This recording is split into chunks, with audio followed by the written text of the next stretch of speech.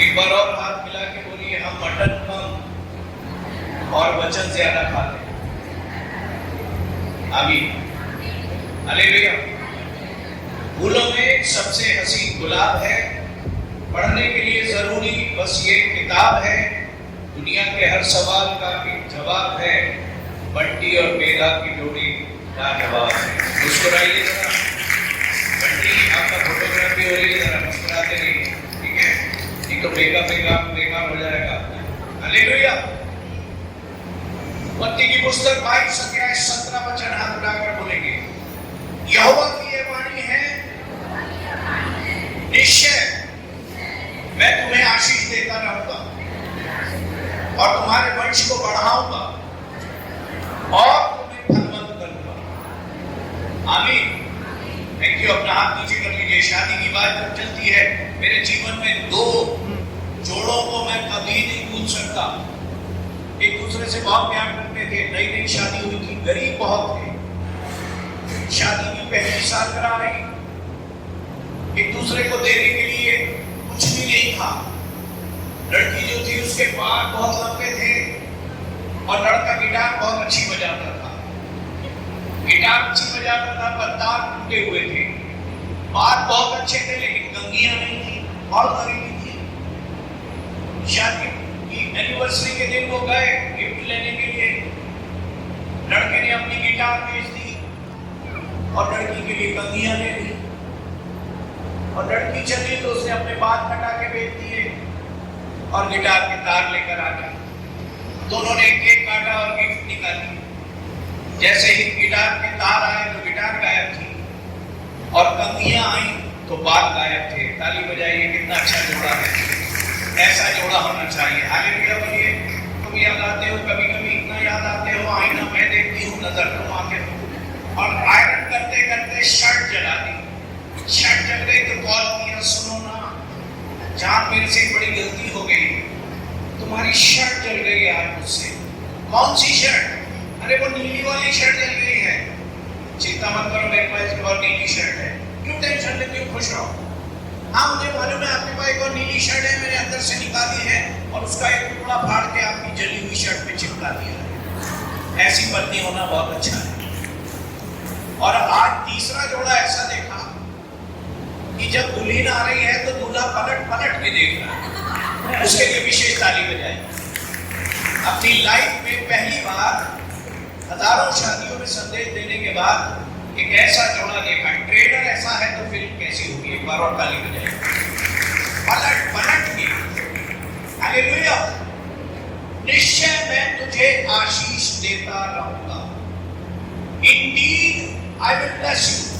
हमारा परमेश्वर हमको कुछ बातों का निश्चय देता है वचन में, और अपने जीवन में हमें उन निश्चय पर अडिग रहना है। विशेषकर बंटी और मेघा को आमीन बोलिए आप दोनों। सबसे पहला निश्चय परमेश्वर कह रहा है, निश्चय मैं तुम्हें आशीष दूंगा, मैं तुम्हें फलवंत करूंगा, मैं तुम्हें बढ़ाऊंगा। ये कौन परमेश्वर है जिसने आदम को बना के आशीष दी, विश्राम दिन को बनाकर आशीष दी, नूह के घराने को आशीष दी, अब्राहम को पीढ़ियों की आशीष दी?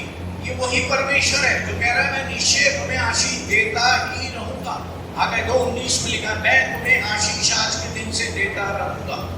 लेकिन एक बात है जो इन दोनों को जीवन पर स्मरण रखना है। अब्राहम ने क्या किया? अब्राहम से परमेश्वर ने कहा, बस अब जो तेरे पास एक बेटा है उसे भी लेकर आ, उसे कुर्बान करने। और अब्राहम ने और उसने अपने इकलौते बेटे को, जो लगभग 100 वर्ष की आयु में उत्पन्न हुआ है, 25 साल का जवान है, उस बेटे को भी नहीं रख छोड़ा, उसे भी कुर्बान करने के लिए तैयार हो गया।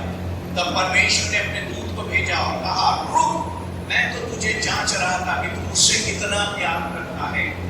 और अब्राहम ने अपने माँ बाप, भाई बहन, नाती पोते सबसे बढ़कर परमेश्वर से प्यार किया और अपने बच्चे को भी नहीं रख छोड़ा।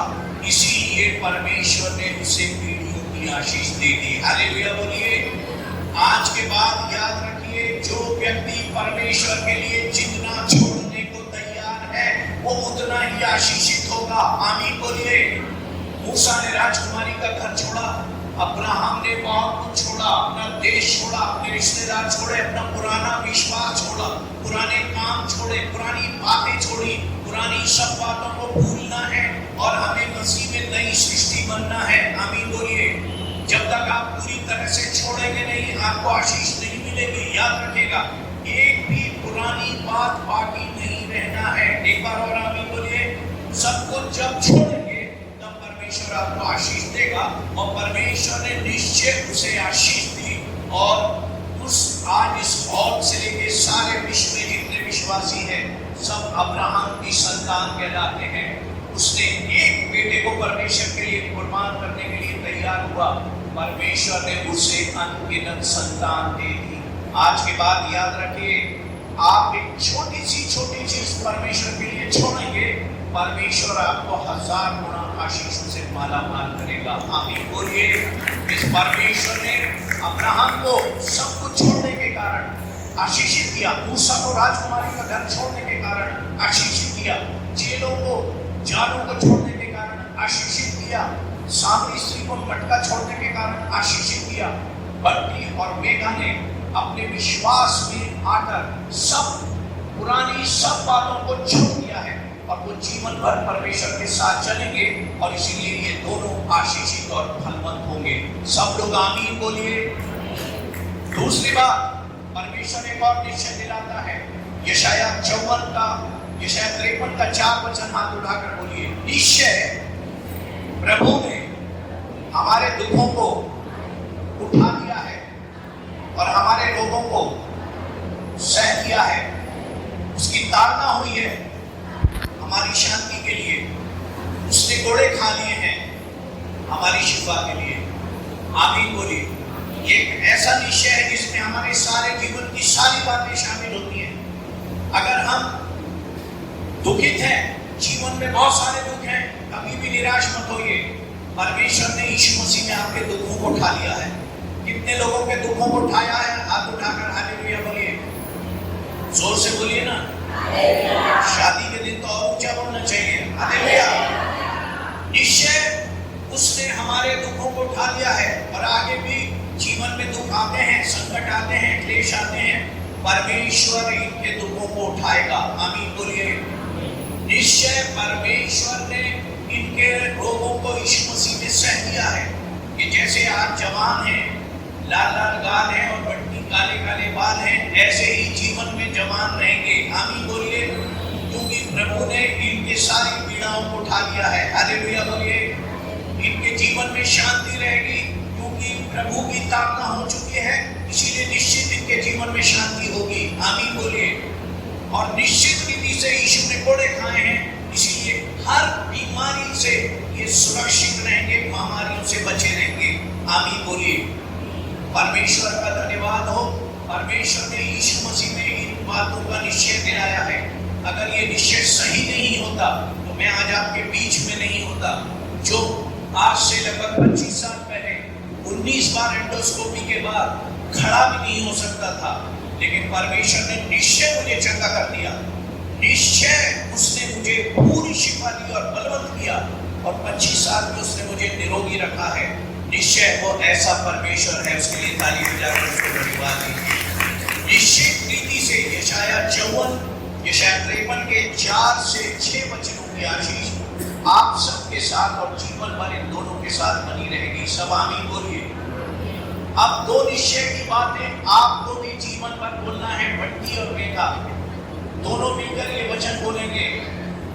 जब मैं बोलूंगा तब आप घर जाएंगे। उत्पत्ति की पुस्तक 50 अध्याय 34 वचन से आगे लिखा है, जब यूसुफ बूढ़ा हो गया तो उसने अपने सारे खानदान को जमा किया, और जमा करने के बाद उसने कहा कि मैं निश्चय जानता हूं कि जिस परमेश्वर ने मेरी सुधि ली है, जब मैं गड्ढे में डाला गया, जब मैं जेल में डाल दिया गया, जब मेरे भाइयों ने मेरे कपड़े फाड़ दिए, जब मैं दुर्दशा में पड़ा था, उसने मेरी सुधि ली। क्योंकि बाइबल कहती है कि मनुष्य क्या है कि तू उसको स्मरण रखता है, और आदमी क्या है कि तू उसकी सुधि लेता है। हालेलुया बोलिए। और परमेश्वर ने मेरी सुधि ली है, वही परमेश्वर मेरे बाद तुम्हारी पीढ़ियों की सुधि लेता रहेगा। आमीन बोलिए। सब लोग हाथ उठाकर मेरे साथ मिलकर बोलेंगे, मुझे तो निश्चय है कि मेरे बाद जिस परमेश्वर ने जीवन भर मेरी सुधि ली है, मेरी पीढ़ियों की, बच्चों की सुधि लेता रहेगा। आमीन बोलिए।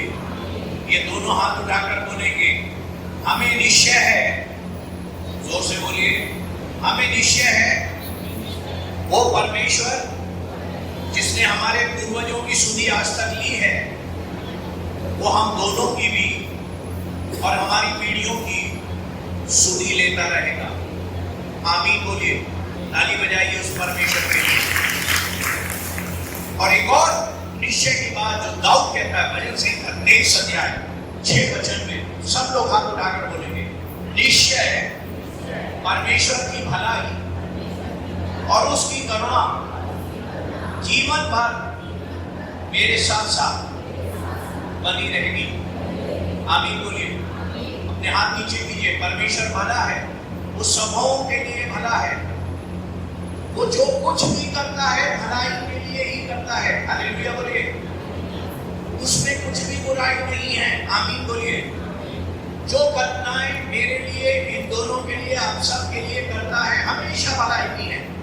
आगे भी वो जो कल्पनाएं उसने रची हैं हम सब के लिए और विशेषकर मेघा और बंटी के लिए, वो हमेशा इनकी भलाई के लिए होगी। आमीन बोलिए। और जीवन भर ये इस बात को ध्यान में रखेंगे कि परमेश्वर जो भी हमारे लिए करेगा वो भलाई के लिए ही करेगा। हालेलुया। उसकी भलाई और उसकी करुणा जिसकी शपथ उसने निर्गमन 34:6 वचन में खाकर कहा कि मेरी करुणा सदा काल मेरे लोगों पर पीढ़ियों तक बनी रहेगी। और इसलिए विलापी गीत का लेखक कहता है, हम मिट नहीं गए, ये परमेश्वर की महाकरुणा का फल है। हालेलुया बोलिए। दाऊद कहता है, यहोवा का धन्यवाद करो क्योंकि वो भला है और उसकी करुणा सदा की है। हालेलुया बोलिए। यशायाह कहता है, चाहे पहाड़ हट जाएं, पहाड़ न टल जाएं, उसकी करुणा नहीं टलेगी। हालेलुया बोलिए। और एक वचन सब हाथ उठाकर बोलेंगे, भजन 32 का 10 वचन, जो यहोवा पर भरोसा रखेंगे वो हमेशा उसकी करुणा से घेरे हुए रहेंगे। आमीन बोलिए। अपने हाथों को नीचे कर लीजिए। 2 निश्चय हमने सीखे हैं जो परमेश्वर ने आज बोले हैं कि मैं इन्हें और इनकी पीढ़ियों को आशीष देता रहूंगा। वो हम सबको, हमारी पीढ़ियों को फलवंत करेंगे, आशीषित करेंगे। सब लोग एक साथ मिलकर बोलिए आमीन। एक और निश्चय जो यीशु मसीह ने उन्होंने हमें दे दिया है, हमारे अपराध क्षमा हो गए हैं, हमारे अधर्म क्षमा हो गए हैं, हमारे रोग चंगे कर दिए गए हैं और हमारे जीवन में शांति और आनंद बनी है। दुख हमारे ऊपर हावी नहीं होंगे। ये सब परमेश्वर ने यीशु मसीह में पूरा किया है। ये निश्चय इन दोनों के लिए और हम सब के लिए जीवन भर ये निश्चय परमेश्वर का हमारे लिए एक आशीष है। आमीन बोलिए। आज के बाद जब तक जीवित रहे प्रतिदिन बोलिए, मैं निश्चय जानता हूँ कि वो परमेश्वर जिसने मेरे पूर्वजों की सुधि ली है वो आज इस दिन भर और आने वाले जीवन में मेरी और मेरे घराने की सुधि देता रहेगा। आमीन बोलिए। और ये बात भी जीवन भर बोलेंगे, रोज बोलेंगे। मैं सुबह उठता हूँ बिस्तर से, सबसे पहले कहता हूँ निश्चय भलाई और करुणा जीवन भर मेरे साथ, मेरे परिवार के साथ, मेरे लोगों के साथ सदा काल बनी रहेगी। आमीन बोलिए।